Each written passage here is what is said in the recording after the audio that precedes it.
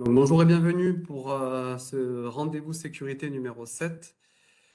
Aujourd'hui, nous allons traiter de la thématique des conduites addictives en milieu professionnel. Voilà, ces rendez-vous mensuels, en fait, ils vous sont proposés dans le cadre d'un partenariat avec la DRETS Occitanie, l'ensemble des acteurs et membres du plan régional santé-travail et le relais des 13 CCI territoriales. Donc, je suis Vincent Garneau, chargé de projet santé-sécurité à la CCI Occitanie. J'ai aujourd'hui le plaisir d'animer ce webinaire avec collègue de la CCI 65, donc Émilie Gandarias Larouquet. Donc, nous allons Bonjour traiter à tous.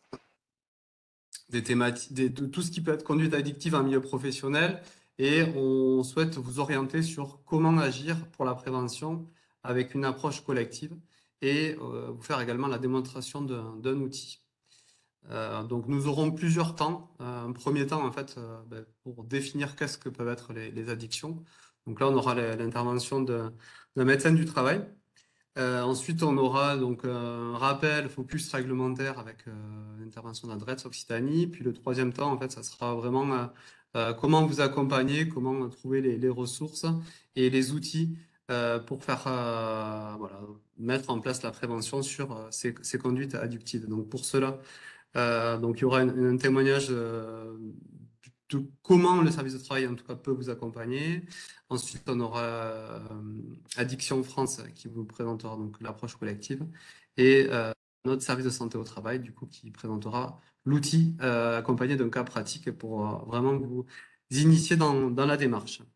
Tout au long du coup de ce webinaire, il y aura, on vous fera interagir. Donc déjà, il y a des sondages qui vous seront proposés. Il y aura également 2 temps de questions. Donc voilà, là, sur la première partie, donc le docteur Bouaboub, ne pourra pas rester avec nous jusqu'à la fin. Donc on va faire un premier temps de questions juste après son intervention. Donc vraiment sur la partie définition et la partie médicale, hein, s'il y a des questions qui concernent les parties suivantes, on y répondra plus tard.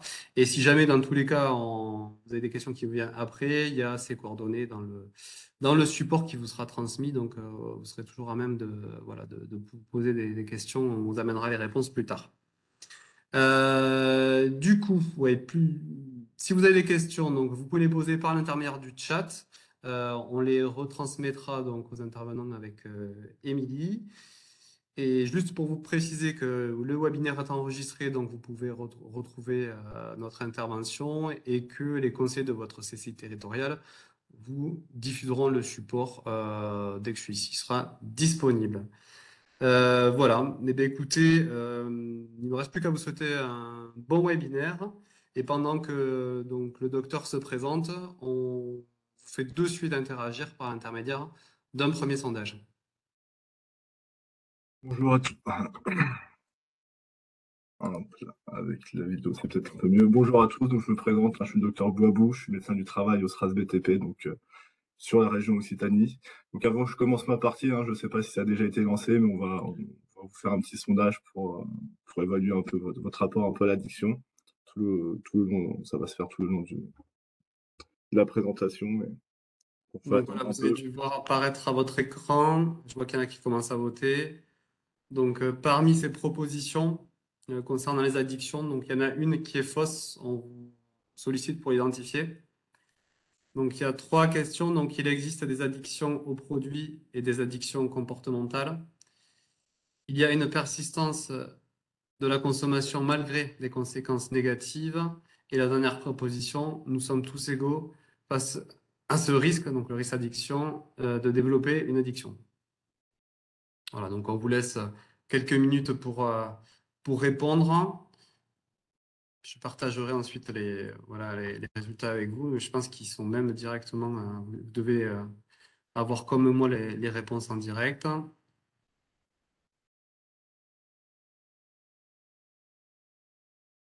Je vois que les derniers sont en train de voter. Donc voilà, c'est via l'application Slido, mais je pense que vous l'avez tous trouvé. Certains sont déjà habitués. Pour ceux qui nous suivent mensuellement. Bon, mais docteur, je pense que voilà, on a des grandes tendances qui se dessinent. Est-ce que vous avez les résultats qui sont affichés sur votre Et écran? non, je n'ai pas les résultats. Alors, je pense qu'il faut que je coche pour avoir les résultats, mais j'ai pas envie de D'accord, donc je vous Je donne pense les que c'est tendances en ça. fait, hein, donc il existe une addiction aux produits et des addictions comportementales. Donc 6% des réponses. Il y a une persistance de la consommation malgré les conséquences négatives, on va dire 30%. Et nous sommes tous égaux face au risque de développer une addiction, 65%. Donc 30% sur il y a une persistance de la consommation malgré des conséquences négatives par rapport à Oui, l'addiction et nous sommes tous égaux, 60%. exactement, C'est ça. 65.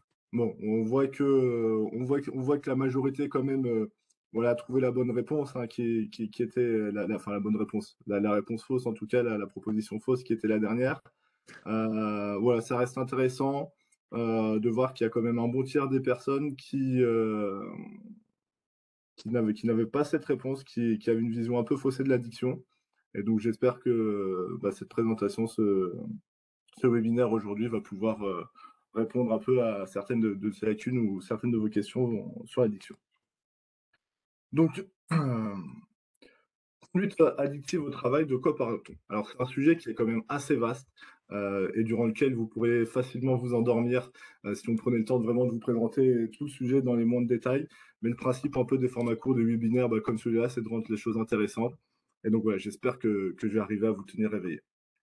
Donc, de quoi on parle exactement? C'est pas la première fois que vous participez à une sensibilisation sur ce sujet. Vous avez probablement dû entendre plusieurs termes différents: d'addiction, d'usage, de mésusage, de troubles de l'usage, de dépendance, et cetera, et cetera. Donc, il n'y a pas de bons ou mauvais termes, hein. Ils rentrent tous un peu dans le domaine de la conduite addictive. Ça va surtout dépendre du niveau de vulgarisation qui a été utilisé lors des différentes présentations. À l'heure actuelle, quand on parle de conduite addictive, on va surtout mettre en avant 2 notions, qui sont l'usage et le trouble de l'usage. Et si je dois faire simple, le trouble de l'usage, c'est ce qu'on appelle un peu communément, l'addiction. Donc avant de répondre un peu à la question de la présentation, il m'a semblé important de définir ces 2 notions qui sont usage et trouble de l'usage, addiction, lors de cette présentation. Donc quand on parle d'addiction, on parle d'une maladie. Donc par extension, elle répond à une définition qui vous est présentée et aussi des critères qui vous seront montrés après. Et bah, comme toute maladie, elle nécessite une prise en charge. Donc dans ces situations-là, on n'est plus sur de la prévention, on n'est plus sur une politique de prévention, on est sur du soin. Et quand on parle de soins, bah, c'est aussi important à retenir, quand une personne a besoin de soins, il faut aussi qu'elle adhère aux soins. On ne peut pas forcer les gens, à se prendre en charge et donc c'est parfois une vraie problématique dans les entreprises. Donc on peut passer sur la diapo suivante. Et donc comme toute maladie, elle a aussi, des degrés de sévérité. Il s'agit pas c'est pas juste une question d'être addict ou de pas d'être addict. Si je dois faire un parallèle un peu simple, on peut prendre l'exemple d'une fracture au niveau du bras. On peut avoir une fracture qui sera pas compliquée et dans ce cas-là, il suffit juste de plâtrer et un peu de rééducation par la suite, ça suffit. Et on peut aussi imaginer une fracture, donc multiple avec, plusieurs endroits, cassés et donc on imagine bien que la prise en charge avec les séquelles qui vont en résulter, bah, ça va être différent. Bah, pour l'addiction, c'est pareil. Elle est définie par plusieurs critères, hein, que vous pouvez voir et grosso modo, bah, plus on va réunir de ces critères, plus le degré de sévérité va être important. La conduite addictive, hem, à l'opposé, donc on va retrouver, l'usage, heu, qui pour le coup n'est pas une maladie, mais qu'on peut décrire, plus comme on va dire une notion, comportementale à travers laquelle, va s'exprimer notre rapport à une substance. Donc c'est pas parce qu'on utilise une substance, qu'on est confronté à l'addiction. C'est pas parce qu'on fume, on boit, on prend un traitement, on joue aux jeux vidéo, on joue à des jeux de hasard, enfin bref, différents types d'addictions différents types d'usages plutôt, que forcément on va rentrer dans de l'addiction. Et le graphique que vous voyez, enfin parmi les 2 graphiques que vous voyez en bas, celui de droite, c'est celui qui est utilisé actuellement, qui vient de France d'Addiction France, plutôt, Association Addiction France, qui sont très bien dessus, qui montre bien qu'entre l'usage et le trouble de l'usage, donc comme je vous dis, ce qu'on appelle l'addiction, il y a une barrière qui est assez floue,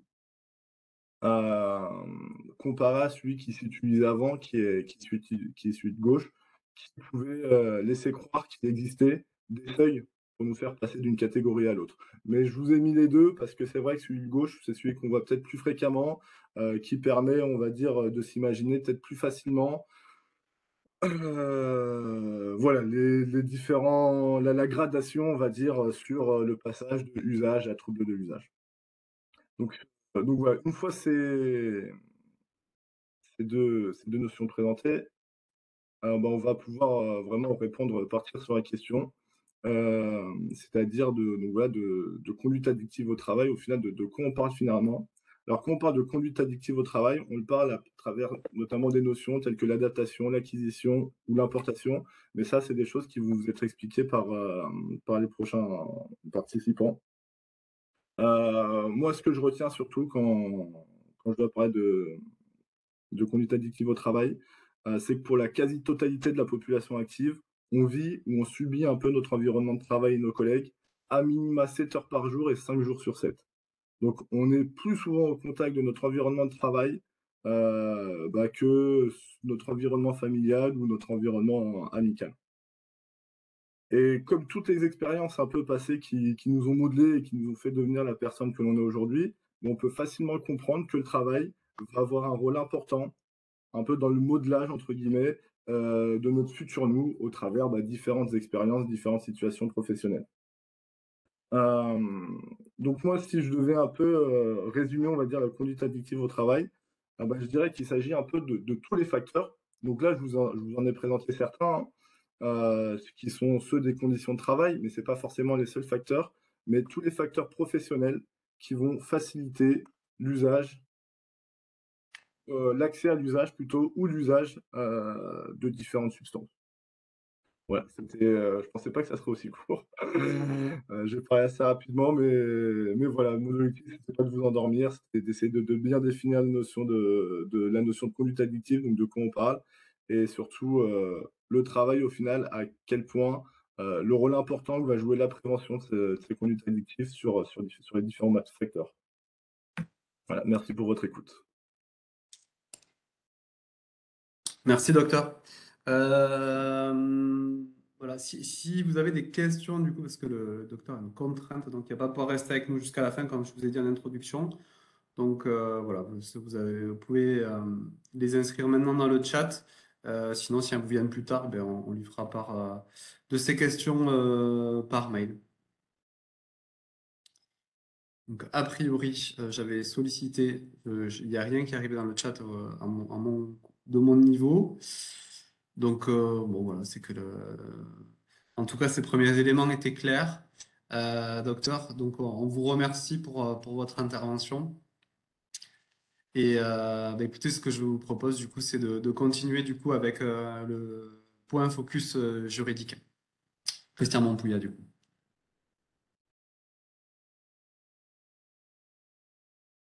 Bonjour à toutes et à tous. Sur la partie réglementaire, effectivement, on va aborder l'essentiel, hein, les fondamentaux qu'on doit tous connaître pour justement prévenir les risques professionnels. Vous savez tous que les risques liés aux pratiques addictives en milieu professionnel doivent être considérés comme tous les autres risques, c'est-à-dire qu'il doit y avoir une démarche de prévention qui repose sur les trois phases, hein, c'est-à-dire une prévention primaire, une prévention secondaire, une prévention tertiaire. Donc, juste pour engager les dispositions du Code du travail, je souhaiterais avant tout rappeler que la prévention des conduites addictives s'inscrit dans le cadre des obligations générales de prévention. Donc, à ce titre, l'employeur doit mettre en place des mesures de prévention qui vont garantir la santé physique et mentale des travailleurs.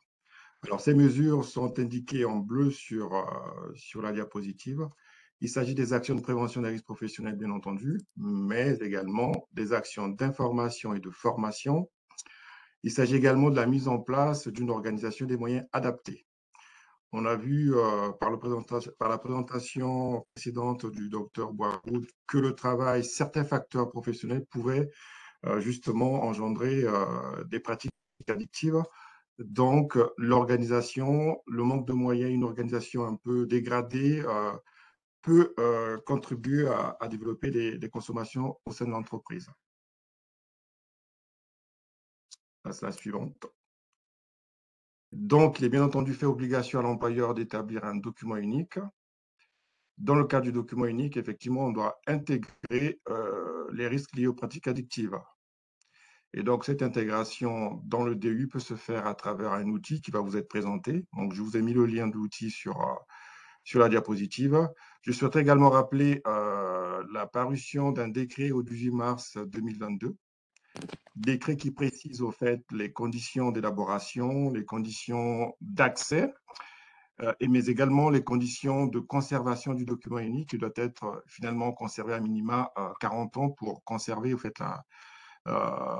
les expositions des travailleurs durant leur parcours professionnel, mais également permettre la traçabilité des expositions lorsqu'il sera question éventuellement d'instaurer, par exemple, une maladie professionnelle.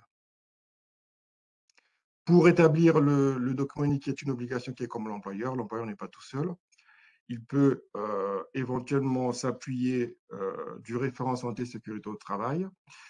Cette obligation de désigner un référent, une personne compétente en santé sécurité au travail pour œuvrer sur la mise en place de la prévention au sein de l'entreprise, elle date du 1er juillet 2012, de mémoire. Et donc, c'est une obligation qui voudrait que l'employeur désigne une ou plusieurs personnes en charge des questions de santé sécurité au travail. Et donc, les personnes désignées doivent être compétentes. Si elles ne sont pas compétentes, elles doivent être formées. Et les référents SST sont des ressources pour aider l'employeur à mettre en place toutes les mesures de prévention, y compris la prévention des conduites addictives. Et cette personne a une place centrale par rapport aux salariés et à l'employeur. Encore une fois, pour établir le document unique, l'employeur peut solliciter le CSE et la Commission santé et sécurité au travail. Il peut également solliciter le référent santé et sécurité au travail que j'ai cité précédemment. Il peut également faire appel au SPST, qui est ex-service santé au travail, pour l'aider à établir le document unique. Il peut également faire appel aux organisations et instances de branche, donc l'organisation professionnelle du secteur auquel il appartient. Il peut également faire appel aux organismes tels que la CARSAT, l'OPPBTP, la RACT, pour l'aider justement à élaborer ce document unique. Juste en termes de dispositifs qui peut également aider l'employeur à décliner au sein de l'entreprise une démarche de prévention collective des addictions. Il existe un dispositif qu'on appelle ESPER, donc les entreprises et les services publics s'engagent résolument. C'est un dispositif qui existe depuis le premier trimestre ou quatrième trimestre 2021. C'est un dispositif qui est à l'initiative de la MILDECA et qu'on porte au sein du plan régional santé au travail. Ce dispositif a trois objectifs. Promouvoir la dimension collective de la prévention des addictions, favoriser les échanges de pratiques dans le cadre d'un réseau d'entreprises engagées, donc signataires d'une charte, et accompagner, outiller les entreprises en mobilisant tous les acteurs locaux. Donc, concrètement, comment ça se passe, ce dispositif? On peut avoir la page suivante, Vincent. D'abord, l'employeur va signer une charte qui voudrait que l'employeur définisse un projet global de prévention, qu'il instaure un dialogue et un climat de confiance pour aborder justement cette thématique des addictions, qu'il mette en place une démarche de prévention non stigmatisante et qu'il accompagne des travailleurs vulnérables. Donc là, c'est une charte qui engage fortement l'employeur. La signature de cette charte donne lieu à une boîte à outils qui va comporter des ressources adaptées pour mettre en œuvre et permettre la réalisation des engagements notifiés par la charte. Cette signature de la charte donne également lieu à l'accès à une newsletter trimestrielle qui va permettre de tenir informer les entreprises des dernières informations et actualités en lien avec la thématique des addictions. Ensuite, dernier point, les signatures de la charte se retrouvent au sein d'un réseau d'entreprises signataires, réseau encadré par les acteurs locaux tels que l'ARACT et les CARSAT. Voilà. Donc, je vous invite fortement, pour les entreprises qui souhaitent s'engager dans la démarche de prévention, à éventuellement se rapprocher de la CARSAT et de l'ARACT. Je vous ai mis les contacts précédemment. Dernier point, juste pour finir sur ce qui concerne les dispositions réglementaires, il y a bien entendu le règlement intérieur. Ce règlement intérieur est obligatoire pour les entreprises d'au moins 50 salariés. Pour les entreprises qui ne disposent pas de l'effectif requis, ces entreprises peuvent procéder à l'élaboration d'une notice interne, d'une note interne, qui va comporter les éléments en matière de santé et sécurité au travail, en matière de conduite et discipline. Et dans ces documents, on va également retrouver tout ce qui est sanctions par rapport aux manquements qui pourront être éventuellement relevés. Dans le règlement intérieur, pour ce qui concerne les addictions, on va pouvoir par exemple avoir les mesures d'interdiction totale ou partielle de consommation d'alcool. On va avoir des mesures d'encadrement des pots d'entreprise. On pourrait également y retrouver dans le règlement intérieur ou les notes internes, la liste des postes de sécurité et de sûreté pour lesquels un dépistage d'alcool ou de drogue peut être possible. Voilà pour l'essentiel de ce que j'avais à vous partager sur le rappel réglementaire. Du coup, avant de passer à la partie acteurs, vu qu'ils ont été cités, et outils en suivant, on voulait juste vous faire réagir du coup avec le second sondage qui vient d'être lancé. Donc pour les personnes qui n'avaient pas trouvé en fait pour répondre au sondage, si vous c'est l'application Slido, donc il faut cliquer sur il y a 3 carrés avec un plus. Ça vous donne accès du coup au sondage. Voilà. Donc là, logiquement, les sondages sont partis et les résultats seront également partagés en direct live. Donc il y a 2 questions. Donc pensez-vous que le travail peut favoriser les pratiques addictives? Oui, non. Et la seconde, du coup, c'est est-ce que vous avez intégré du coup vos conduites addictives dans votre document unique d'évaluation des risques? Donc on vous laisse le temps de répondre.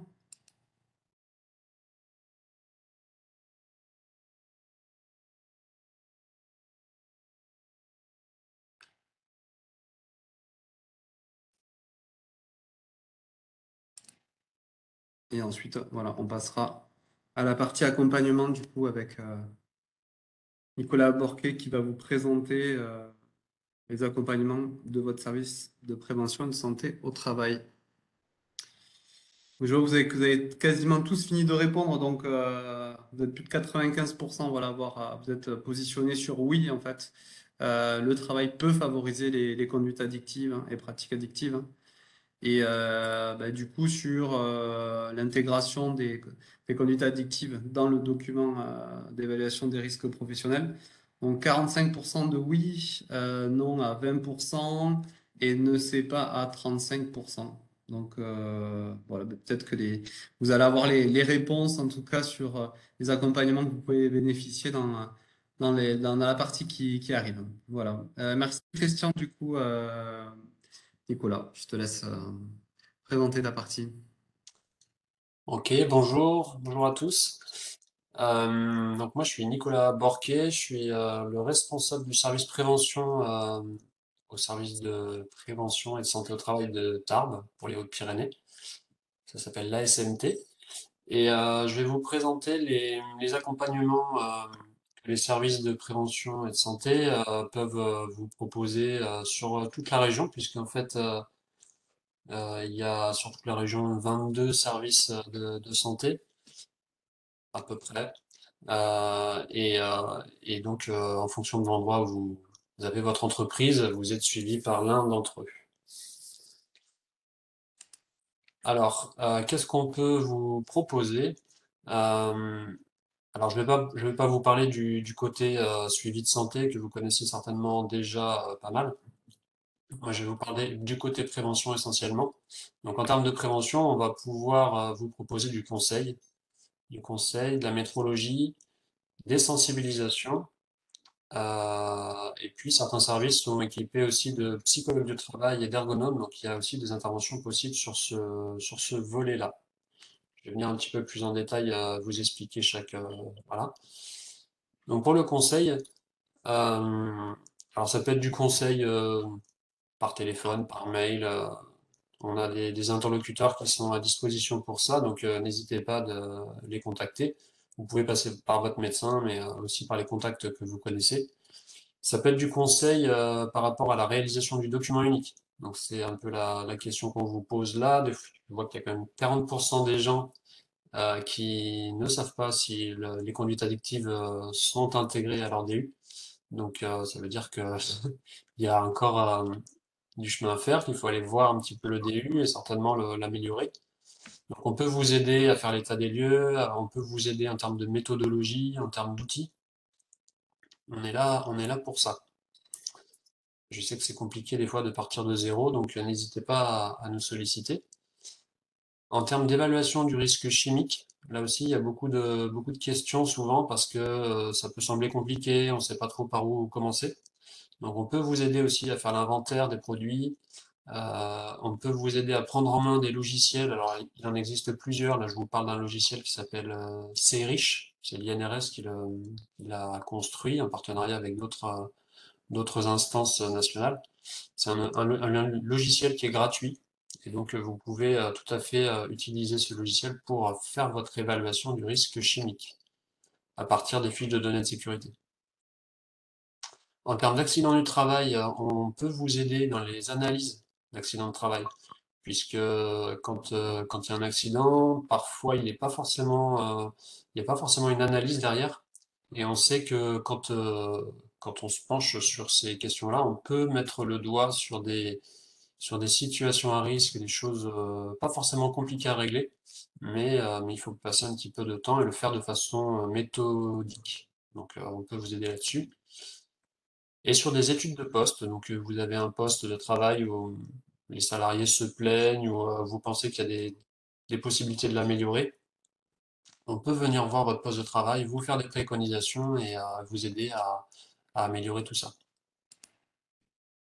En termes de métrologie, donc certains services sont équipés d'appareils pour faire des mesures de bruit, d'éclairage, d'ambiance thermique ou même de produits chimiques dans l'air. Donc ça peut vous aider aussi à faire un état des lieux de votre situation, voir si vous êtes dans les clous ou pas, du point de vue de la réglementation, et puis vous aider surtout à améliorer la situation. Donc on va pas faire juste la métrologie, mais on va essayer de vous donner des conseils pour améliorer ça. En termes d'ergonomie, euh, l'ergonome va pouvoir vous aider sur plusieurs volets, sur la conception des locaux, le réaménagement des espaces. Donc ça veut dire que dès que vous avez un projet immobilier, un déménagement, un réaménagement d'atelier, de local de travail, on peut vous aider enfin, l'ergonome va pouvoir venir analyser l'activité réelle, euh, vous aider à vous projeter dans l'activité future pour essayer de formaliser un cahier des charges fonctionnel, par exemple. Et ça va pouvoir aider les architectes ou aider les gens qui vont travailler sur les plans pour concevoir au mieux le, le nouveau local et éviter d'avoir, une fois qu'il est construit, d'avoir à faire des modifications qui vont coûter cher souvent. En termes d'organisation du travail, on peut vous aider aussi à réorganiser un service, à réfléchir à une nouvelle organisation pour améliorer les choses. On peut vous accompagner sur un changement, un nouvel outil, un logiciel, des choses comme ça c'est assez fréquent et l'ergonomie peut apporter beaucoup sur ces changements. Et en termes de santé, donc quand il y a des soucis de santé, on parle de maintien dans l'emploi, on parle de troubles musculo-squelettiques, c'est pareil, l'ergonomie peut aider à identifier les facteurs à l'origine des troubles musculo-squelettiques, par exemple, parce qu'on sait qu'il y en a souvent plusieurs. Donc ça va vous permettre d'agir sur ces facteurs et puis d'améliorer les situations. Donc c'est vraiment un apport qui peut être très intéressant pour vous. Le psychologue du travail, lui, il va vous aider à faire une évaluation des risques psychosociaux, les fameux RPS, en vous accompagnant pardon, sur la démarche, et puis intégrer ces risques-là sur votre document unique. Il peut animer des groupes de parole au sein d'un collectif, lorsqu'il y a une personne qui revient après un arrêt de travail, pour soutenir ou verbaliser des difficultés, parce que souvent il y a des difficultés dans les équipes et elles sont pas forcément évoquées. Donc rien que ça, des fois, ça suffit à améliorer un petit peu les choses. Quand il y a des conflits interpersonnels, on peut travailler sur de la médiation, faire de la régulation.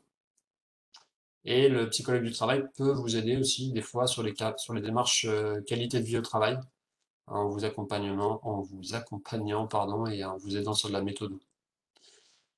Et sur la région, il y a aussi une cellule d'écoute qui est à disposition des entrepreneurs, qui s'appelle OSE. Et donc vous avez le lien dans le diaporama, vous l'aurez.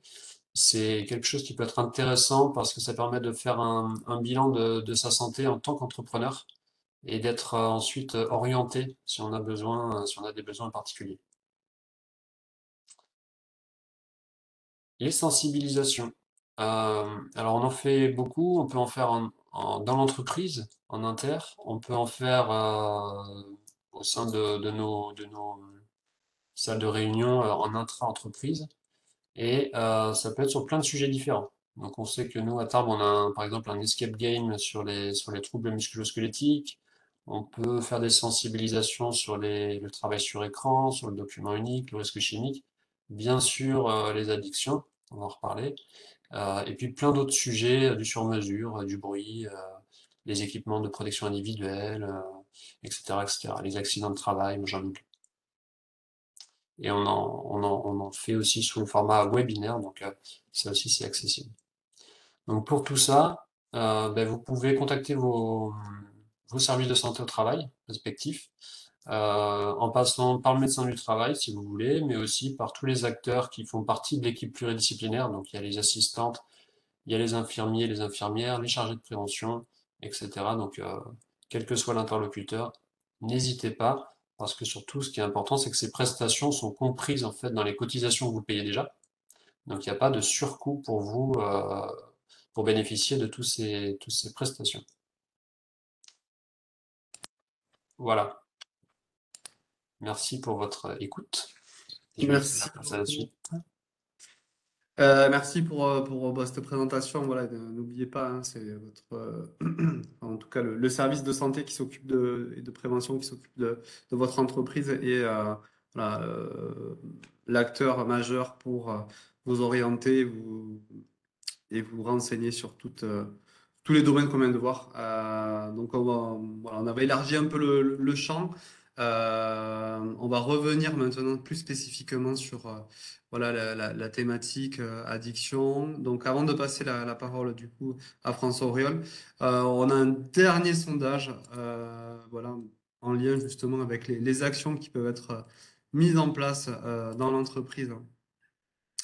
Voilà, donc logiquement, il s'affiche, c'est bon. Donc je vous lis la question. Donc, quels seraient dans votre entreprise les axes ou les actions prioritaires pour prévenir les addictions? Donc on en a vu une, hein, c'est contacter votre service de santé au travail, mais il y a trois questions qui vous sont posées. Du coup, donc élaborer, mettre en place une démarche collective de prévention des addictions. La seconde qui peut être initier un accompagnement individuel par des intervenants externes et ou organiser une sensibilisation d'information de l'ensemble du personnel. C'est un questionnaire à choix multiple, donc vous pouvez éventuellement même choisir plusieurs pistes. Voilà, on vous laisse un petit peu de temps de répondre et ensuite donc on va passer la parole donc à François Auriol qui travaille donc chez Association Addiction France, donc c'est l'ex-ANPA. Je vois que les résultats sont quasiment stabilisés, en tout cas, voilà, les tendances se dégagent. Donc, François, est-ce que tu vois les résultats? Tu veux les commenter? Ouais, j'ai pas les résultats. Je sais pas Ah, si... d'accord. Il fallait peut-être répondre en effet. Euh, Donc, du coup, voilà, au niveau des tendances, donc, on va dire celui qui a recueilli le moins de pourcentage avec une quinzaine de pourcents, c'est initier un accompagnement individuel par un intervenant externe. Ensuite, avec 30%, élaborer et mettre en œuvre une démarche collective de prévention des addictions. Et avec quasiment 60%, organiser une sensibilisation, information de l'ensemble du personnel. Ok. Voilà pour les résultats. Merci pour votre participation, du coup, et la parole est à toi, François. Oui, donc merci. C'est bon, vous m'entendez bien? Parfait. C'est bon, ouais, parfait. Oui, ok. Donc François Auriol, je travaille donc chez Association Addiction France. Je suis responsable de formation et j'interviens aussi auprès des entreprises. Quand je lis déjà les résultats qui sont donnés, bon, donc effectivement, on va parler des approches collectives. Et donc j'aurais mis en premier celui que vous avez mis à 32%, bien évidemment, parce qu'en fait, mais ceci dit, quand on fait une sensibilisation et une information d'ensemble du personnel, on est déjà dans une démarche collective, vu qu'on embarque l'ensemble des personnels. Mais c'est vrai que l'idée de information, sensibilisation ne suffit pas. Et je viendrai étayer ça, notamment parce que ce qu'a pu exprimer le médecin Bouaboud, en disant que l'environnement de travail induit des conduites addictives. Et c'est vrai que travailler avec de nombreuses entreprises, quand on aborde cette thématique, on préférerait que le problème soit juste focus sur le salarié et on lui donne les bonnes informations et tout va bien. Mais on ne peut pas nier le fait qu'une organisation de travail, comme tout environnement, quel qu'il soit, festif, familial ou de travail, donc là, à l'occurrence, va induire auprès de chacun de nous un comportement particulier. Et que dans l'entreprise, si on ne peut pas questionner, l'espace privé de chacun, on doit questionner, de par l'obligation de l'employeur, de ses représentants et de chacun des salariés d'ailleurs, et des représentants des salariés, l'environnement de travail. Est-ce que cet environnement-là génère des émotions, des sensations, des stress qui pourraient induire des usages de substances psychoactives? Je pense que autour de nous, il doit y avoir là, ici, autour des écrans, des personnes qui ont des responsabilités dans leur entreprise. Eh bien, il se peut même que dans leur vie privée, ils aient des usages de substances qui sont liés au stress généré par la journée de travail. À moins que ici, personne, la nuit, ne pense à son travail, ce que je ne crois pas. Par exemple, quand on est dans sa chambre, dans un lieu éminemment privé, eh bien, certains, la nuit, pensent travail, rêvent travail, et que parfois on peut prendre des produits, somnifères, anxiolytiques, voire boire 2 verres d'apéro le soir en rentrant chez soi pour se délasser de la journée ou se détendre, et qui seront bien sur un temps privé, mais en lien avec le temps de travail. Et là, il faut aller questionner non pas ce qui se passe dans la vie privée, mais bien questionner ce qui peut se passer dans la surcharge de travail, dans le stress inhérent au travail, etc., etc. Donc, c'est vraiment une démarche collective qu'il faut mettre en place au sein d'une organisation, même si j'entends qu'il est important de faire des actions de sensibilisation et d'information à l'ensemble du personnel. C'est déjà un premier pas. Et que des actions collectives, individuelles, pardon, d'accompagnement sont aussi nécessaires. Donc là, sur la première planche que je vous propose, c'est de se poser la question à quoi ça sert de faire de la prévention des conduites addictives en milieu professionnel. Donc elle est arrivée tout en globalité, je pensais qu'elle allait arriver en petite séquence.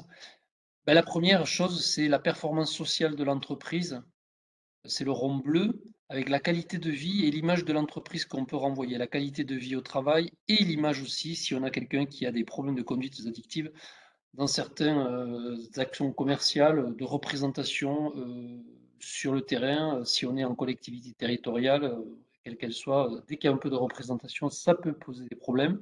Et j'y rajoute le climat social et ce fameux équilibre vie privée, vie professionnelle qui peut être impacté.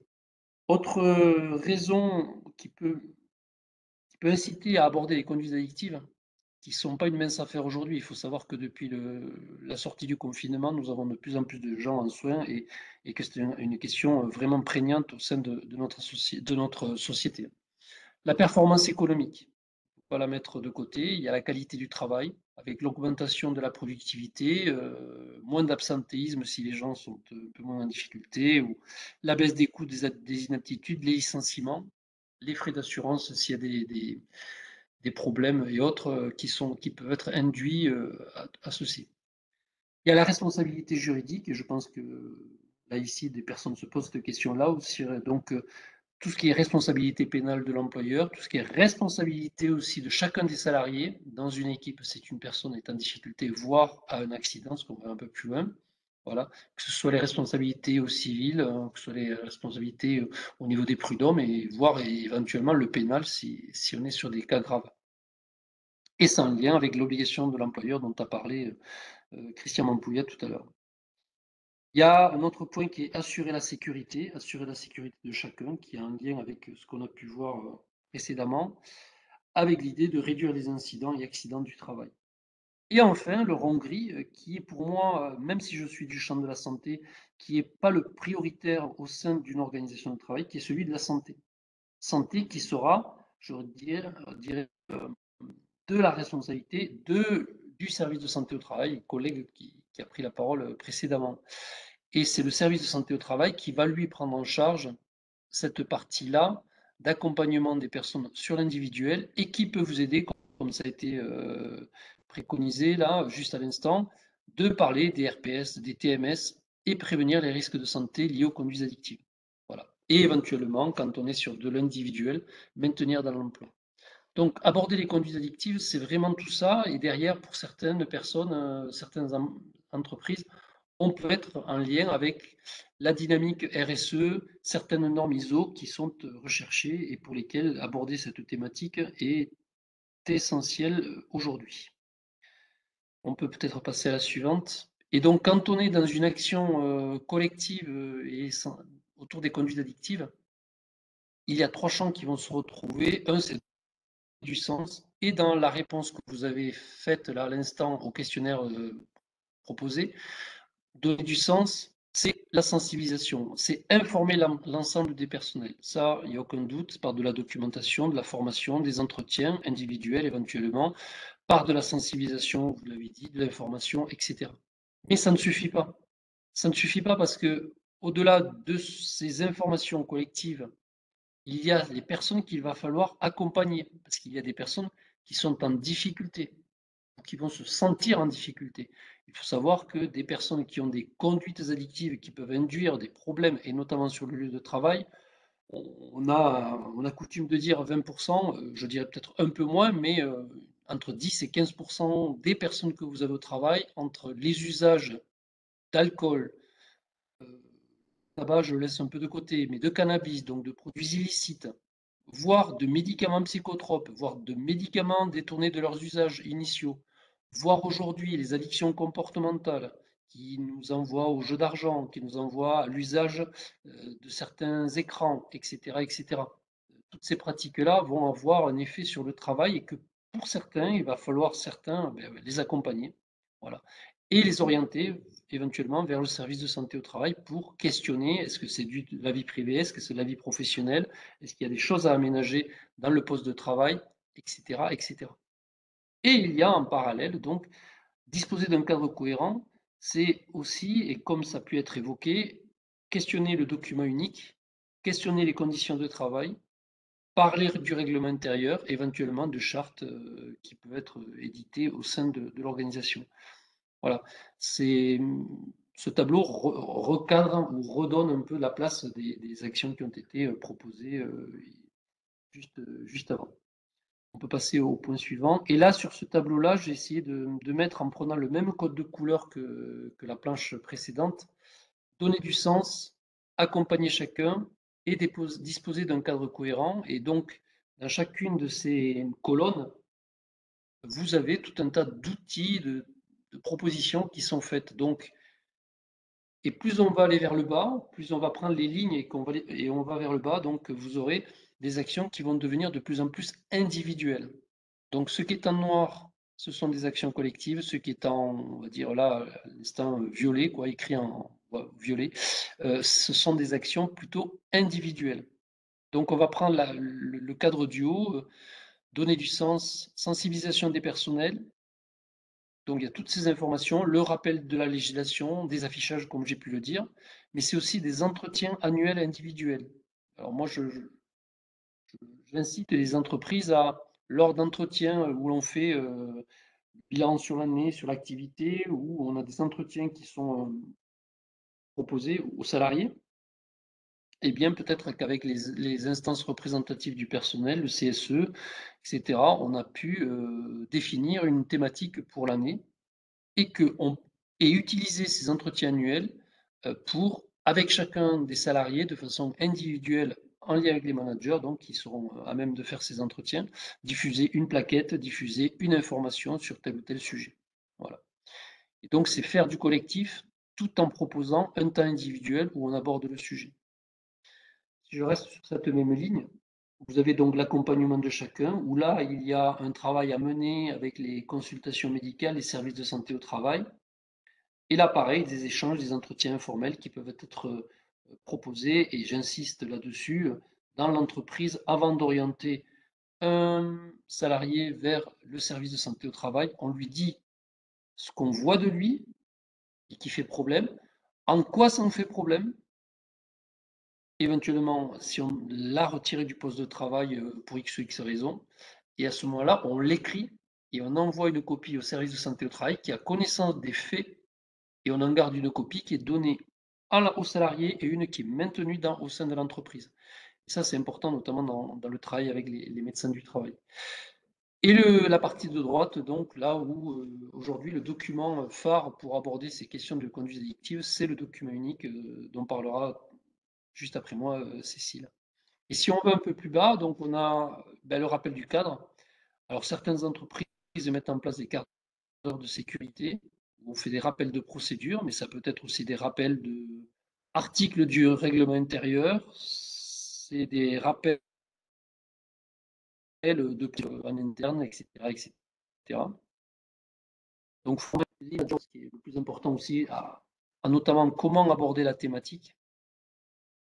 Et on voit que plus on va aller vers la droite, donc accompagner chacun, on va être là sur une observation des problèmes avec en priorité en quoi ça fait problème en termes de sécurité, en termes de qualité, en termes de relationnel et en termes d'image. Vous remarquerez que là, à ce moment-là, je ne mets même pas la santé. Dans l'entreprise, on n'est pas habilité à parler santé. On est habilité à parler de sécurité, de qualité, de relationnel et d'image. Et si une personne a des problèmes de conduite addictive, c'est sur ces 4 points-là que l'on peut agir et que l'on est légitime d'aller voir la personne, de lui signifier son état actuel, voire son retrait du poste, qui est possible. Il y aura juste en dessous. Et sur la partie droite, donc c'est aussi de questionner sur les outils que l'on a, que ce que dit le contrat de travail, ce que dit le règlement intérieur, ce que disent les notes de service, est-ce qu'il y a des contrôles prévus, des affichages obligatoires, etc. Là, pour être au clair et proposer un environnement de travail cohérent avec ce que l'on souhaite, prévenir. Et ensuite, on voit qu'en dessous, on va avoir d'autres outils qui sont le retrait du poste. Donc, il existe aujourd'hui des choses addictives. Il y a des orientations médicales qui sont possibles pour toute entreprise à la demande de l'employeur. Et la médecine du travail rencontrera la personne avec les éléments qu'on aura pu préciser. Il va y avoir parfois des suivis collectifs en interne, suivant l'entreprise, et des suivis individuels qui me semblent importants aussi de la part du management. Et sur la partie, donc, pareil, disposer d'un cadre cohérent, on peut voir qu'il y a les procédures de retrait, et il existe aujourd'hui des procédures de retrait type que l'on peut, je dirais, relooker je dirais, à la culture de son entreprise, des fiches constats, avec des fiches constats en lien et ensuite une fiche d'entretien qui accompagne la personne. Voilà, les entretiens hiérarchiques, des contrôles des fouilles peuvent être aussi dans certaines entreprises mis en place, suivant si c'est une entreprise Céveso avec des conditions de sécurité et autres. Et en dessous, on n'enlève pas et on n'oublie pas que pour certaines personnes, accompagner chacun, on va être dans le reclassement, l'inaptitude et l'arrêt maladie. Mais ça, je dirais, c'est le volet fait pour la partie médicale. Et sur la partie plutôt administrative et sanctions, on sera sur des lettres d'avertissement, des changements de service, éventuellement des licenciements, s'il y a des fautes graves avérées, mais qui seront toutes étayées. Et s'il y a un jour rupture de contrat, les personnes qui seront dans ce cas le seront avec tout un tas de fiches constat de retrait du poste qui permettront d'étayer les sanctions posées. Je dis bien cela, c'est pour éviter d'arriver au prud'homme d'une part, et en sachant que entreprise a tout intérêt à tenter de maintenir ses salariés. Et en vous disant ça, je suis moi dans un centre de soins en addictologie, et on est partout en France. Et nous, en centre de soins, on préfère voir des gens qui ont encore leur travail, qui ont encore leur famille, qui ont encore voilà, un toit sur la tête, plutôt que de les voir sans famille, sans emploi et sans toit sur la tête. Voilà. Notre accompagnement est toujours beaucoup plus simple. Donc, pour nous, notre travail, c'est bien évidemment que les gens restent à leur poste de travail. Mais pour cela, et comme il a été dit par le docteur, il faut entendre que si les gens ont une conduite addictive, et si on parle d'addiction, on parle de maladie. Et quand on parle de maladie, là, à ce moment-là, il faut vraiment que l'entreprise ne soit pas dans on se ferme les yeux, on pense qu'on est dans la délation si la personne, on la protège, parce que bien souvent, on accompagne les gens dans une mauvaise pente et que bien souvent, nous, quand on voit les gens en soins, ça fait 10-15 ans qu'ils dysfonctionnent dans les organisations de travail. Et ça, c'est bien dommage. On préfère voir quelqu'un à 40 ans, voire 35, qu'à 50 ou 55. Parce qu'on sait que la fin de carrière professionnelle sera extrêmement difficile. Voilà, merci de votre écoute.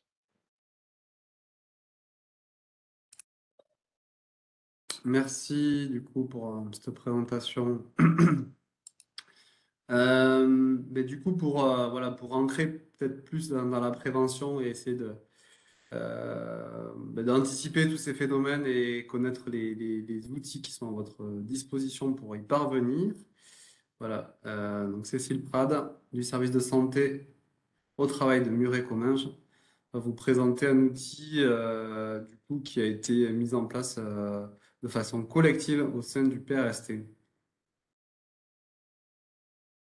Bonjour à tous, donc je suis Cécile Prade, je suis technicienne hygiène sécurité, donc ce qu'on appelle communément préventeur au sein d'un service de prévention et de santé au travail interentreprise. Donc moi je suis sur le secteur Muret-Comminges, donc tout le sud de la Haute-Garonne. Voilà, donc là le but c'était de vous présenter un petit peu un outil qui a été un petit peu construit sur mesure. À l'origine en fait de ce travail, donc plusieurs acteurs s'étaient un petit peu rencontrés, échangés pour faire un constat commun, c'est-à-dire que c'était une thématique d'abord qui n'était pas du tout ou très peu abordée dans les documents uniques d'évaluation des risques professionnels. Donc quand elle l'était, c'était très succinct, mais voilà, ça restait très très rare. Ce qu'on constatait de manière assez générale, c'était que ça n'apparaissait jamais dans les documents uniques. Par contre, quand il y avait un règlement intérieur, effectivement, c'était un petit peu traité sur le champ réglementaire avec des interdictions de consommation uniquement, mais pas grand-chose au niveau prévention. Et puis du coup, c'était pas une demande, c'était pas une culture des entreprises et différentes structures d'intégrer ces risques-là. Et puis surtout, il n'y avait absolument aucune méthodologie à proposer pour aborder cette thématique. Donc les objectifs, c'était de développer cette méthodologie et surtout qu'elle reste accessible à tous les acteurs, que ce soit des préventeurs ou des petites structures qui veulent un petit peu se lancer dans une démarche collective. Donc cet outil, il est avisé d'entrer dans le champ des conduites addictives selon deux portes d'entrée, en fait, ce qui va nous permettre de faire le lien justement avec les facteurs d'adaptation aux contraintes professionnelles qu'on a vues, donc que le médecin nous a présenté et dont François a un petit peu parlé aussi. Donc la première étape, en fait, normalement, c'est de faire suite à une évaluation des risques psychosociaux ou alors des troubles musculo-squelettiques pour avoir un petit peu cette notion d'adaptation. Donc là, on va voir cette notion importante qui sont les trois familles de facteurs de risque qu'on associe à ces risques-là, en fait. On détermine qu'il y a trois portes d'entrée pour tout ce qui est conduite addictive en milieu professionnel. Donc, première porte d'entrée, première famille de facteurs de risque, c'est la famille d'adaptation. C'est-à-dire que ça va être, on va rencontrer des conduites dopantes, par exemple, pour tenir tout simplement face aux contraintes de travail. Comme l'a indiqué François, voilà, typiquement, la personne qui est très stressée par son travail et qui, à peine passé la porte de chez lui, a besoin de consommer. On fait bien le lien avec le travail. Des conditions de travail difficiles, on sait qu'il y a des consommations qui sont directement liées, par exemple avec le port de charge, hein, des personnes qui peuvent consommer des médicaments, par exemple, parce qu'ils ont mal au dos et que s'ils ne consomment pas, ils ne tiennent pas sur leur journée de travail. Voilà, tout ce qui est environnement difficile, en fait, hein, de manière générale, vibration, chaleur, froid, horaire atypique, etc. Voilà, ça va être des conduites dopantes, ce qu'on appelle. Ou alors, du coup, rechercher des effets apaisants face au stress, donc, comme les contraintes professionnelles ou relationnelles.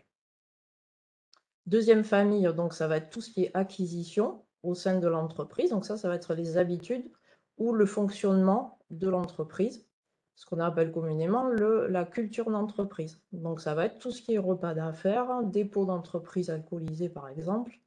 Ça va être l'accessibilité des substances sur le lieu de travail. On sait par exemple que dans les milieux de soins, il y a fréquemment des trous dans les pharmacies. Les produits sont disponibles et accessibles aux salariés et donc un petit peu en libre service. On l'a aussi dans le milieu de la nuit, par exemple, avec les boissons alcoolisées qui sont disponibles, accessibles sans aucun problème et qui sont donc consommées dans l'environnement de travail. Il y a tout ce qui est aussi pratique d'intégration dans le collectif de travail ou à contrario d'exclusion en cas de non-consommation. On entend encore, j'ai un petit jeune il n'y a pas longtemps qui m'a dit « Tu peux pas savoir la pression que j'ai des anciens pour boire le Ricard avec eux sur le chantier. » Voilà. On a encore ce genre de choses, donc voilà. Il faut aller aussi creuser qu'est-ce qui se passe dans notre fonctionnement, dans notre culture, qu'est-ce qu'on tolère, qu'est-ce qu'on ne tolère pas, et quel est l'état des lieux sur ce champ-là. Et effectivement, en dernier, il y a l'importation, donc ça va être des pratiques individuelles qui appartiennent à la sphère privée, en fait, mais dans tous les cas, qui vont être importées dans l'entreprise, puisque quelqu'un qui a un problème de consommation va pas s'arrêter à la porte de l'entreprise. Donc, il arrive avec, et ça peut poser des problèmes, effectivement, en termes de santé-sécurité, de qualité du travail, de relations et d'image de l'entreprise. Donc ça va être un petit peu le positionnement factuel, en quoi ça fait problème, le fait qu'il y ait une pratique individuelle, et surtout, qu'est-ce qu'on fait.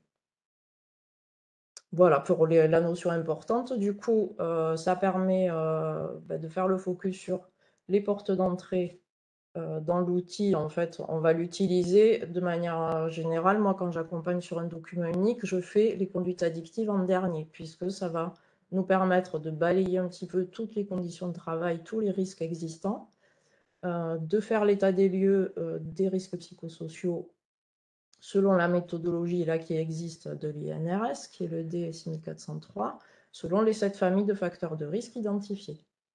On peut évaluer les TMS s'il y a un risque de TMS dans l'entreprise de la même manière avec la méthode d'analyse de la charge physique de l'INRS. Et là, on va balayer les 5 familles. Et du coup, ça va nous permettre de se dire, est-ce qu'il y a des pratiques qui sont destinées à tenir le coup au travail sur le champ RPS, sur le champ TMS. Après, on peut partir d'autres choses, hein. On peut partir des horaires atypiques, des vibrations, d'autres types de risques. Mais voilà, c'est un petit peu ce qu'on me propose comme méthodologie. Et du coup, on va intégrer ces 3 familles-là en suivant 18 questions qui sont là pour guider l'évaluation. Donc, je vais vous montrer un petit peu le visuel de l'outil. Donc là, ce n'est pas très lisible, mais c'est juste pour vous montrer la structure du document. Donc, on va avoir une partie de gauche avec les en-têtes de couleur verte qui va guider un petit peu le questionnement. Et puis la partie de droite, en fait, donc si on détecte une situation dangereuse, potentielle, on va intégrer ces lignes-là, en fait, dans le document unique existant. Donc là, on ne s'attardera pas sur la forme parce que ça va être votre document unique, donc on adaptera au format. Et donc l'outil est constitué d'une première page que je vous ai présentée, c'est juste les portes d'entrée, le processus, d'un deuxième onglet avec le questionnaire des conduites addictives, et d'un troisième onglet avec des exemples d'actions, en fait, des pistes d'amélioration qu'on a listées de manière un maximum exhaustive pour alimenter les échanges si on est un petit peu en panne d'idées sur le plan d'action. Voilà, c'est pour un petit peu guider la réflexion. Voilà, donc le questionnaire, en fait, c'est 18 questions qui vont, donc il y a une question phare, en fait, c'est est-ce qu'il y a des pratiques d'adaptation aux conditions de travail? Et ensuite, on va balayer, pour tout ce qui est acquisition, par exemple, on va balayer les addictions comportementales, les addictions avec substances, que ce soit alcool, tabac, autres substances. Au niveau comportement, ça va être pareil, on va essayer de balayer les jeux de hasard, le sport, le travail. On va essayer de balayer de façon exhaustive, en fait. Donc, des fois, ça peut être très rapide parce que il n'y a jamais de poids alcoolisé, par exemple. Hop, c'est interdit dans l'entreprise, on balaye. Le sport, c'est pareil. S'il n'y a pas d'incitation sportive ou de jeux collectifs de l'auto le vendredi après-midi en collectif, où il y a un petit peu une culture ancrée, bon, mais si ça n'existe pas, après, on ne va pas l'intégrer, bien sûr. Voilà, du coup, on va intégrer uniquement toutes les lignes qui vont concerner l'entreprise. Donc, pour illustrer ça, en fait, on va essayer de faire un petit cas pratique.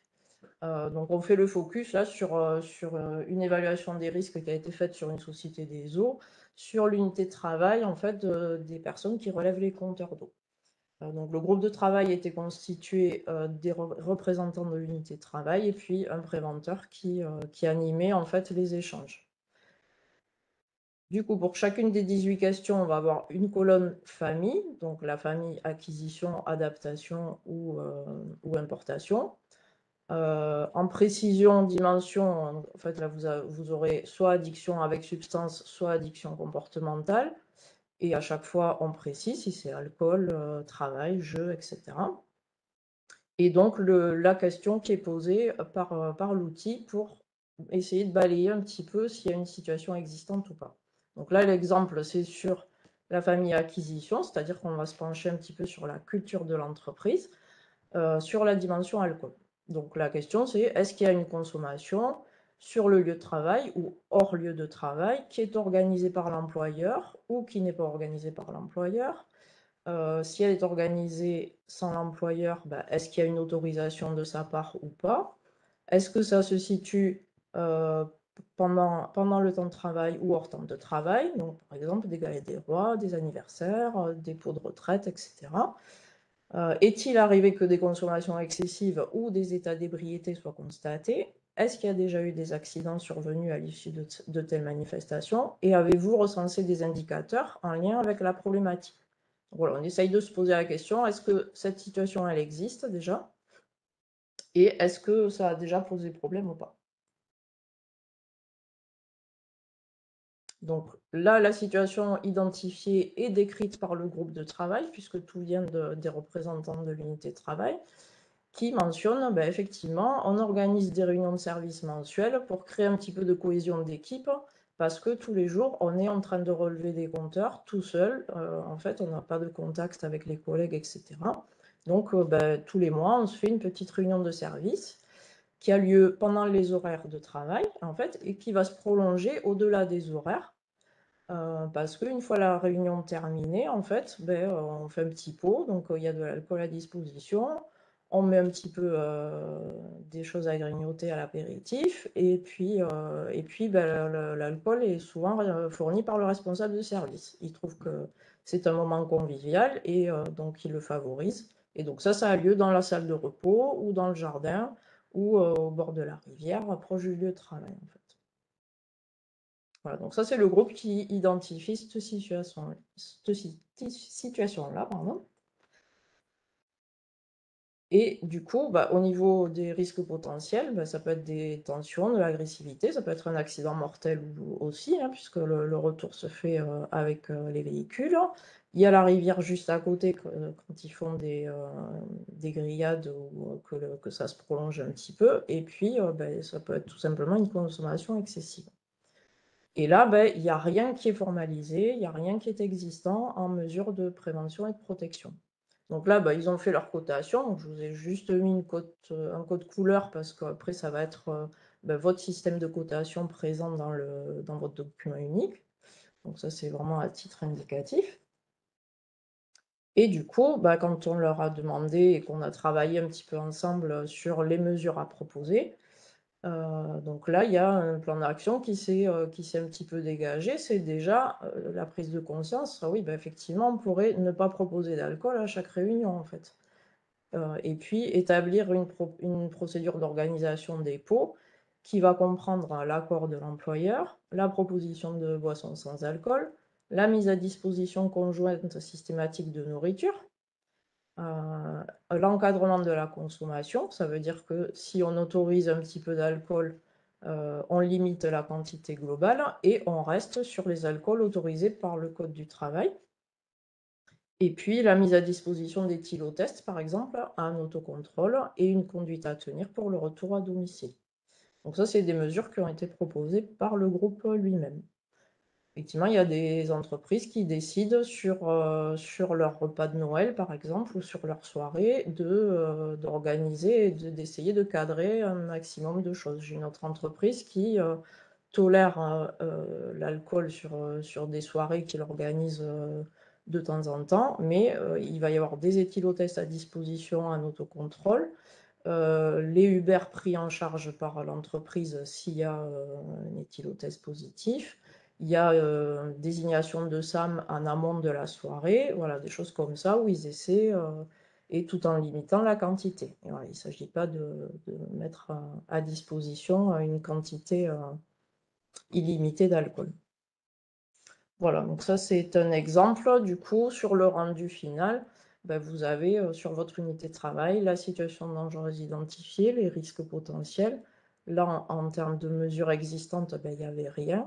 Et en fait, un plan d'action qui se dessine sur cette situation en particulier.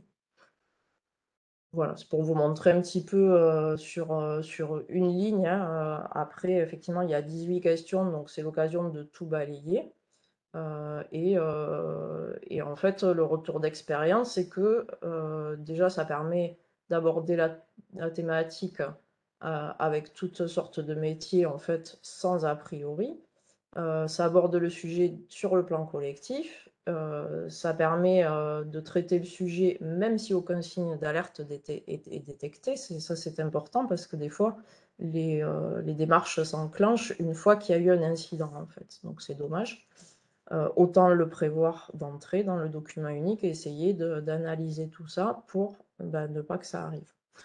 Là, ça donne un fil conducteur parce qu'en fait, on ne sait jamais trop comment s'y prendre, ni quelle méthodologie adopter. Donc là, ça fait un guide qui essaie d'être exhaustif. Donc des fois, sur des toutes petites structures, ça paraît un petit peu lourd, mais c'est vite balayé. Après, donc on est à la version 5 de cet outil-là. Ça veut dire qu'il évolue, qu'on tient compte des retours des utilisateurs. Donc s'il y en a certains d'entre vous qui l'utilisent et qui ont des choses à faire remonter sur l'utilisation, n'hésitez pas.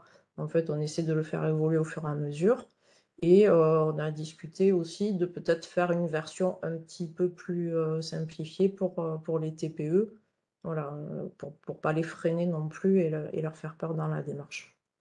En tout cas, ça permet de ne pas se focaliser seulement sur les importations en entreprise, parce que c'est quand même la première idée qui vient souvent par mes connaissances, hein, mais la première idée d'un employeur, c'est souvent l'importation, c'est-à-dire c'est une pratique individuelle qui vient impacter mon entreprise et mon fonctionnement d'entreprise, mais il est rare qu'on se pose des questions, qu'on aille questionner le travail lui-même, en fait. Donc ça permet de ne pas se focaliser là-dessus et d'aller balayer de façon large. Voilà. Et de ne pas cibler un individu non plus. Là, on s'intègre dans un questionnement collectif, sans jugement et avec une vision un peu macro de l'entreprise. Tout en prévoyant bien sûr des choses à mettre en place, un accompagnement s'il y a une problématique individuelle. Voilà, donc ça permet d'évaluer le travail réel, en fait, de rester dans le seul cadre du travail et de ne pas aller empiéter sur un jugement individuel et privé. C'est un levier, du coup, pour aborder une thématique qui est sensible de façon globale, mais voilà, ça permet de dépasser ces représentations-là de responsabilité individuelle.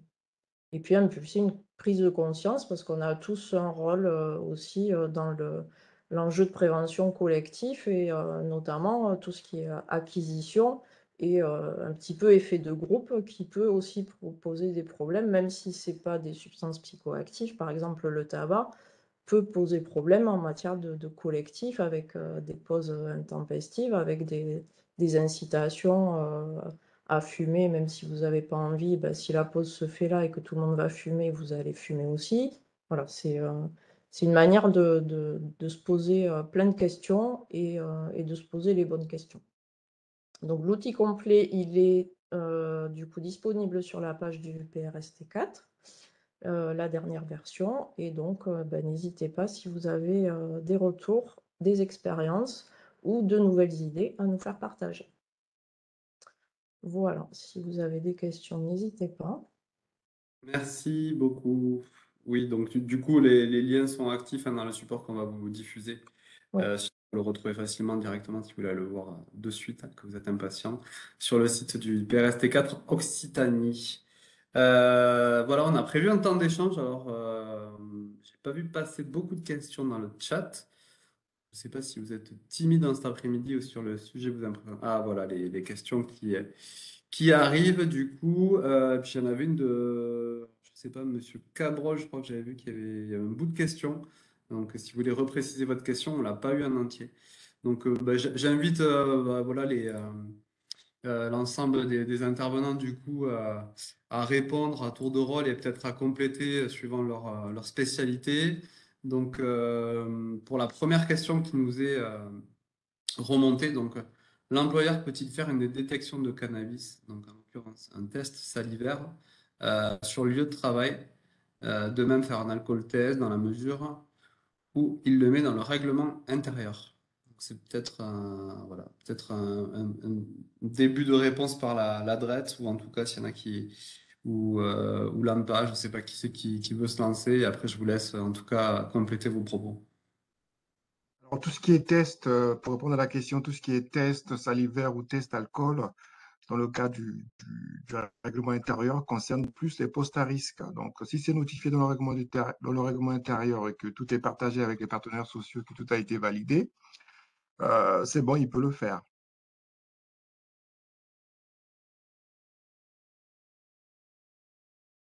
Donc il y a plusieurs conditions, hein, c'est ça, hein, c'est Tout à fait, il y a plusieurs conditions. donc que ça soit marqué dans le règlement intérieur et que ça soit validé par l'ensemble des partenaires. C'est ça. C'est une démarche qui doit s'inscrire dans le cadre du dialogue social aussi de l'entreprise. Hein. CSE, DP, voilà.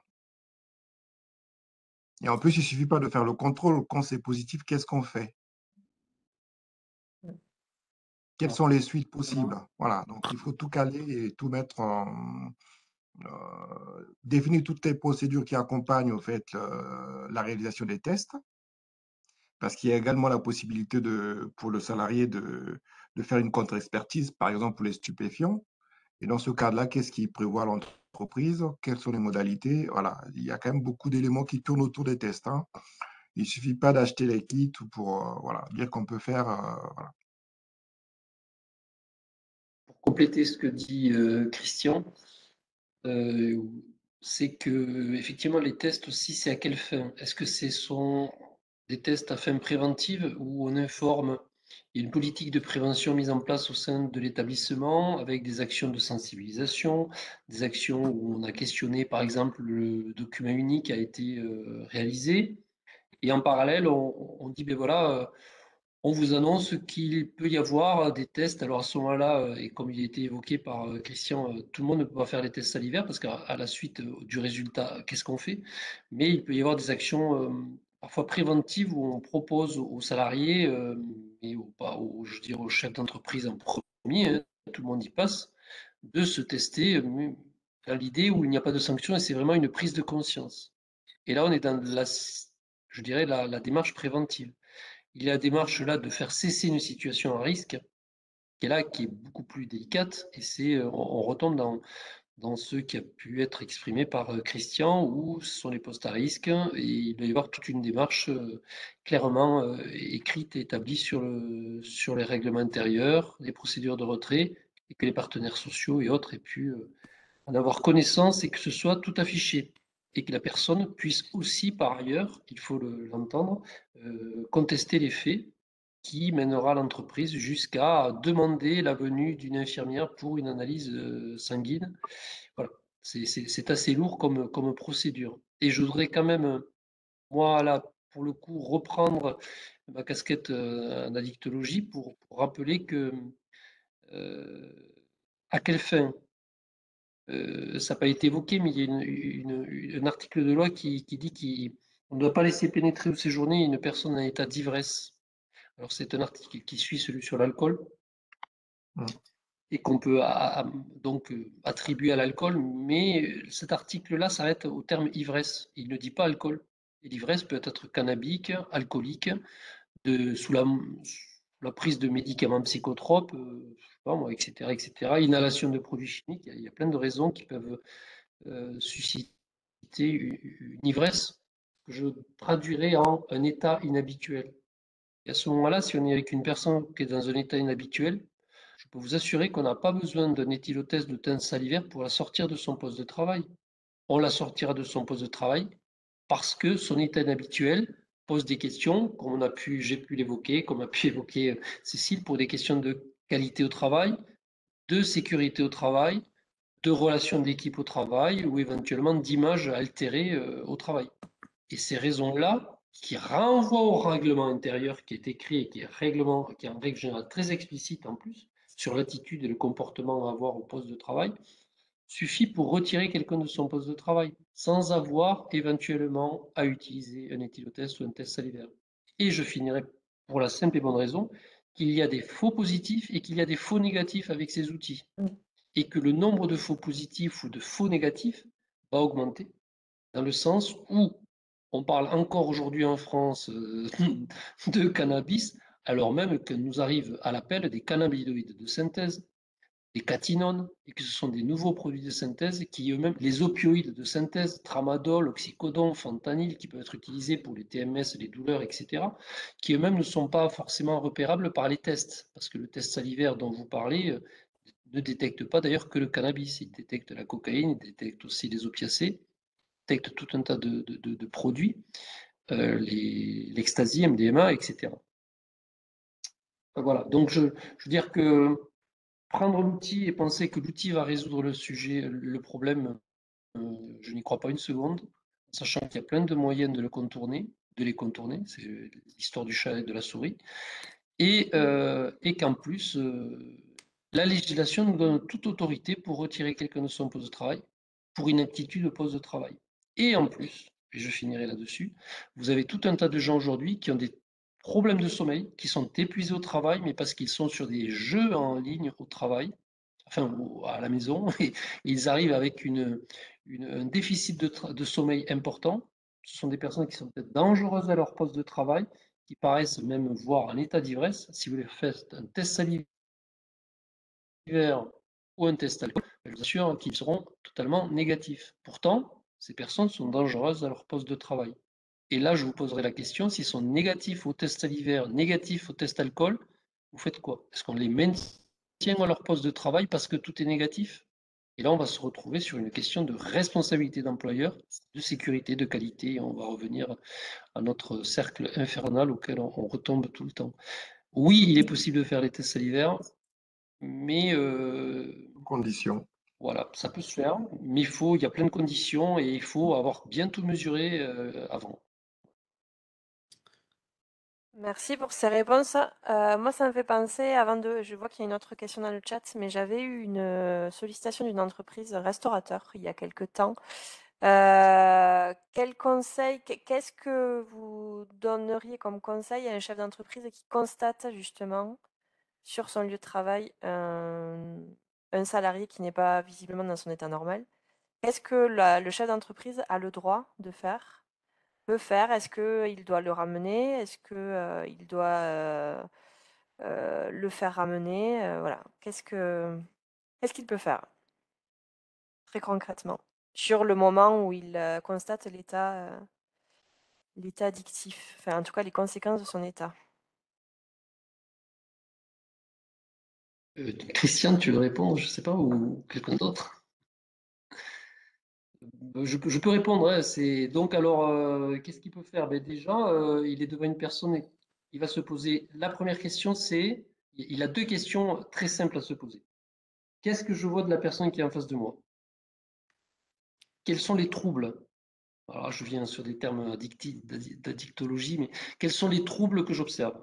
Incohérence dans les propos, fatigue, sudation excessive, des pleurs, de l'agressivité, il y a quoi? Qu'est-ce qui me fait dire que la personne en face de moi n'est pas dans son assiette, n'est pas normale par rapport à la journée précédente? Voilà.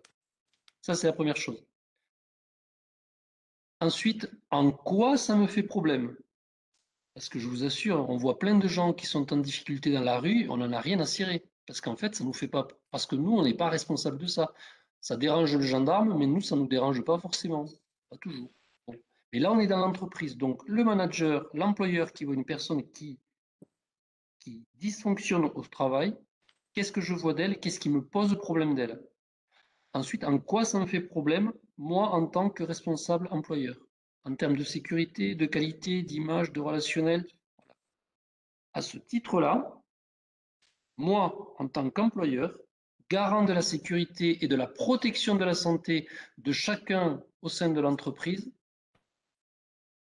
ben, j'ai le droit d'aller voir la personne déjà et de lui dire, voilà, moi, je vois ça, ça, ça de vous, et donc je vous retire de votre poste de travail. Et quand on retire la personne de travail, ça c'est des procédures de retrait, quand on va retirer la personne de son poste de travail, ou on peut juste l'avertir, hein. Des fois on ne la retire pas, mais ça suffit un peu pour la secouer. Et si on la retire de son poste de travail, ce qui est dit dans l'état d'ivresse notamment, eh bien, on a le droit et le devoir d'intervenir, oui. C'est l'obligation de l'employeur de prévenir, d'assurer la sécurité et protéger la santé de chacun. Et à ce titre-là, quand on le retire de son poste de travail, on va demander si c'est un problème de sécurité, parce que la personne pète les plombs, on appelle la police, hein, parce qu'il faut faire cesser une situation à risque. Ou alors, on appelle, si c'est plutôt quelque chose qui pourrait être d'ordre médical, hein, l'employeur n'est pas soignant, il ne pose pas de diagnostic, il appelle le 15, il appelle pour avoir un avis médical. Et cet avis médical lui donnera les consignes, on vient le récupérer parce qu'il a fait un malaise, parce que c'est grave, parce qu'on pense qu'il y a un problème grave derrière, ou alors vous gardez la personne dans l'entreprise en sécurité, sous surveillance d'un tiers, majeur et responsable. Voilà. On peut, par ailleurs, la raccompagner chez elle, si on nous le dit, ou alors, ce qui est conseillé aussi, c'est éventuellement, ou un collègue salarié ou quelqu'un va la raccompagner chez elle, mais attendez, c'est pas fini. À ce moment-là, il est déchargé de l'entreprise, il devient collègue, voisin, ami, je ne sais pas, ou alors on appelle quelqu'un de son entourage qui vient le chercher et qui va signer une petite lettre de décharge en disant il part, il est 15 heures, on repart ensemble. Voilà, il vient avec moi. Si on raccompagne la personne chez elle, alors on doit s'assurer qu'elle n'est pas seule chez elle. Si elle est seule chez elle, à chaque fois où on laisse la personne seule chez elle, alors qu'on l'a retirée pour des questions où on pensait qu'elle était en difficulté pour elle et pour les autres, si on la laisse seule, c'est non-assistance à personne en danger. Ou éventuellement, on l'accompagne dans un cabinet médical où il y aura une assistance possible pour cette personne, ou aux urgences de l'hôpital, etc. Voilà. Ok, merci, c'est très clair. Donc, a-t-on le droit et le devoir d'intervenir? Une question dans le chat, donc vous avez répondu. Oui, on a à la fois le droit et le devoir d'intervenir dans ce cas-là. Oui, au moins le lui signifier. Parce qu'il y a trop de gens auxquels on ne signifie rien et on rouspète et on ronchonne dans sa barbe, là. Voilà. Et c'est le problème, c'est avec les addictions, c'est quand on ne le dit pas aux gens que ça va pas. Si vous avez quelqu'un qui a une haleine alcoolisée, il faut lui dire, avec des mots peut-être choisis, mais il faut lui dire. Si on ne lui dit pas, on laisse croire à des gens que personne ne voit rien. Et ceci trop longtemps, et ceci parfois trop d'années. Et ce n'est pas d'aider qui que ce soit de ne pas lui dire. Et justement, pour compléter les propos de François, lorsqu'on a un salarié qui présente un comportement inapproprié, normalement dans la démarche collective, on doit pouvoir définir les conduites à tenir. C'est-à-dire qu'il ne faut pas que ce soit une situation qui arrive et qu'on n'a pas de moyens, on n'a rien prévu pour ça. Donc, cette situation de comportement inapproprié récurrente doit être, doit être normalement pensée en amont et par rapport à ce cas-là, définir quelles règles, quelles conduites à tenir. Et normalement, il est même question d'envoyer, pour les pratiques récurrentes, d'envoyer le salarié auprès de services de prévention santé au travail, donc ex-service santé au travail, avec une feuille, une fiche constat, j'allais dire, qui permettra au médecin du travail de s'acquérir de la situation et de connaître les faits par rapport à la demande de la visite médicale qui sera faite par l'employeur. Donc, il y a quand même des choses à mettre en place là-dessus. Parfait. Merci pour vos retours. Il y a une dernière question, et après, pour respecter le timing et libérer ceux qui ont prévu quelque chose après 16 heures, donc juste rappeler en fait les organismes aidants à mettre en place une démarche collective de sensibilisation en entreprise. Mais il y a le service de prévention santé au travail qui est en première ligne par rapport à l'accompagnement des entreprises. Monsieur Bourquet en a fait état de toutes les missions que cette structure ou ce service peut faire à destination des entreprises. Donc, ne pas hésiter à se rapprocher des services de santé au travail auxquels les entreprises adhèrent. Ensuite, il y a également la possibilité de solliciter les CARSAT, qui ont des spécialistes addiction. On peut également faire appel aux organisations professionnelles, le cas échéant, telles que l'OPPBTP ou d'autres organisations qui sont plus ou moins structurées. Et puis tous les hyper externes qui peuvent intervenir pour aider l'entreprise, qui sont experts et spécialistes de la thématique. J'ai oublié l'ARACT, qui est également un acteur important sur la thématique des addictions. Et l'association France Addiction, François, j'ai failli t'oublier justement. Et donc, voilà. Donc, il y a quand même beaucoup d'acteurs qui existent pour nous. On n'est pas hésité à les solliciter. Merci. Bon, très bien. Écoutez, merci pour toutes ces réponses. Dans tous les cas, si vous avez des questions complémentaires, voilà, on va vous transmettre les coordonnées des participants sur le support. Bien entendu, aussi, vous pouvez vous rapprocher de votre conseiller CCI qui fera le lien avec la personne. Juste vous rappeler donc qu'il nous reste encore 2 rendez-vous. Donc le prochain dans un petit mois, donc c'est sur le document unique et on traitera des spécificités donc pour les petites entreprises. Donc comment s'applique la nouvelle loi santé-travail qui est sortie en août 2021. Et puis le dernier rendez-vous, ça sera sur le risque amiante. Voilà, donc les liens sont interactifs, vous pouvez cliquer pour vous inscrire ou regarder nos replays sur les différents rendez-vous. Et ce qu'on voulait aussi vous proposer en complément du coup de ce webinaire d'aujourd'hui, c'est un atelier donc basé sur la mise en situation, voilà, où vous serez confronté à un cas pratique. Et puis derrière, il y aura des groupes de travail pour justement voir ce que vous avez vu en cas pratique et confronter aux situations potentielles que vous projetez en entreprise ou que vous avez déjà pu vivre. Voilà, donc c'est de 9h30 à 12h30 à la CCI Occitanie à Blagnac. Donc on fera un rappel, bien évidemment, mais déjà vous pouvez bloquer cette date-là si vous êtes intéressé. Et pour vous inscrire, c'est directement sur mon mail ou via votre conseiller CCI local. Donc ça sera co-animé par la DRET, Prévali, Association France Addiction et l'ARACT. Donc vous aurez un panel d'experts pour vous accompagner sur cette matinale-là. Petit rappel également des dates du PRST. Il restera 2 dates. Donc ce matin, c'était Hoche. Ça s'est très très bien passé. Donc on a présenté 3 thématiques sur la matinale. Donc autour de la santé au travail des femmes, des TMS et des RPS. Et donc du coup, il reste encore 2 dates, Montauban et Toulouse. Donc vous pouvez vous inscrire directement sur le site de la CCIO ou le site du PRST. Voilà, et on vous met comme habituellement une bibliographie avec les liens utiles et les outils pour retrouver ce qu'on a pu illustrer lors de ce webinaire. Voilà, écoutez, merci beaucoup pour votre attention. Merci aux intervenants et à l'ensemble des personnes qui ont participé à l'animation de ce webinaire. Voilà, bah, écoutez, moi je vous donne rendez-vous dans un mois et si vous avez 2 minutes, reste avec nous en ligne pour compléter le questionnaire de satisfaction. Merci beaucoup et bonne fin d'après-midi à tous. À très bientôt. Merci, au revoir. Merci, au Au revoir. revoir. Merci, au revoir. Au revoir.